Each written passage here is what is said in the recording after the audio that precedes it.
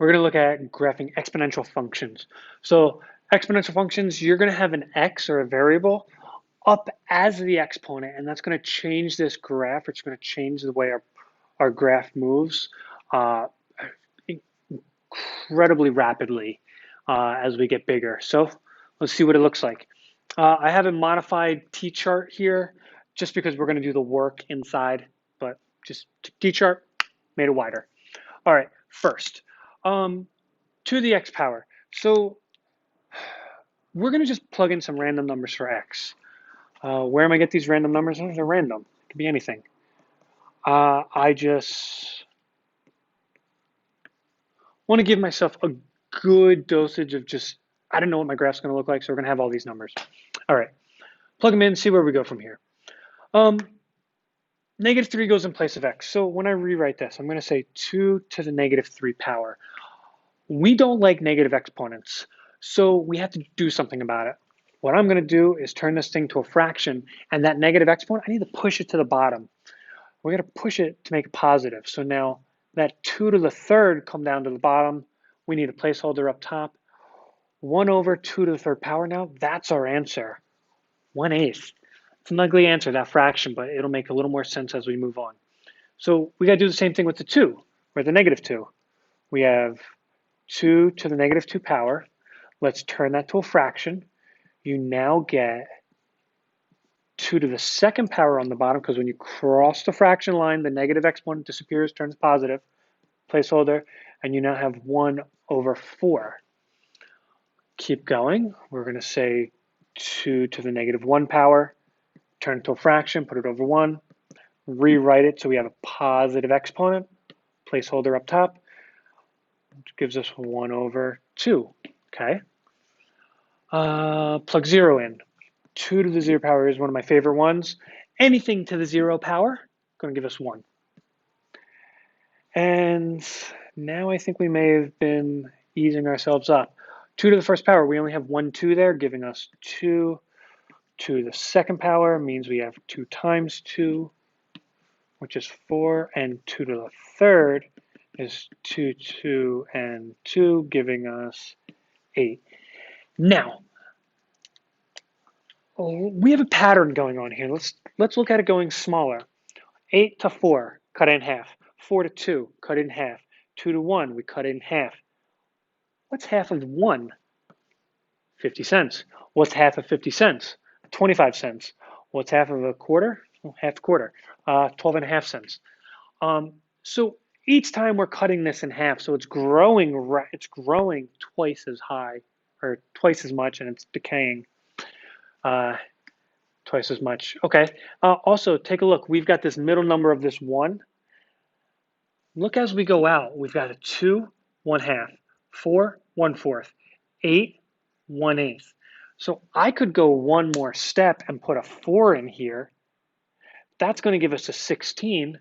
So if I put a -4 up here, that means I'm going to come up with a 1 over 16. Okay, what do these fractions have to do with anything? Well, they're very significant, because think about this. If you've got 50 cents, 25 cents, 12 and a half cents, 6.25 cents, each time we get smaller and smaller and smaller, it's going to continue getting smaller. Each time we're going to keep cutting that in half. Let's plot. Let's see what it looks like on the graph. Let's start with a whole number. 0, 1. Go over 0, up 1. Go over 1, up 2, 3, 8, 4, 16. We're running off this board here. Now going smaller, -1.5. So I'm going to go back 1, and I'm only going to go up halfway. I'm going to go back to 2. I'm going to go halfway to that. Go back 1 more, go even another half up. And each time, it looks like my line is getting closer and closer to this x-axis. And as we get bigger, we're going higher, higher, higher. Okay, so a lot's going on with this graph. First off, it's going up at an incredibly rapid rate. It's also moving to the right very slowly, but it's moving. Off on the left side, we know that this arrow is pointing, it's going all the way over there as quick as possible. But at the same time, it's also moving down. And in this case, it's getting closer and closer to this x-axis. We're going to keep cutting these fractions in half. But it's never, ever, ever actually going to hit 0. It's going to inch up to that wall or that x-axis as much as possible, but it's never going to touch it. All right, what if we've got a fraction? I know we hate fractions. Well, luckily, when we're dealing with exponents, and if we know what 2 is, 1/2 is we're partway there. So let's plug in all the same numbers. Let's do -3, -2, -1, 0, 1, 2, 3. This time, 1/2 to the -3 power.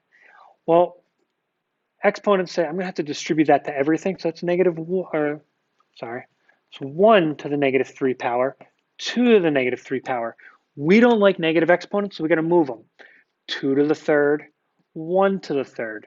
Now that's just going to give us 8 over 1, or just 8. Do it again.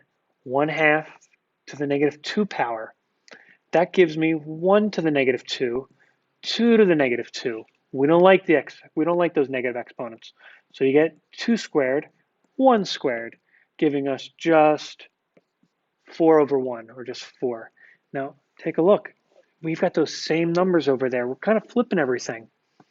1/2 to the -1 gives us 1 to the -1, 2 to the -1, or just 2 to the first, 1 to the first, which is just 2. Plug in 0, 1/2 to the 0 power, anything raised to the 0 power is 1.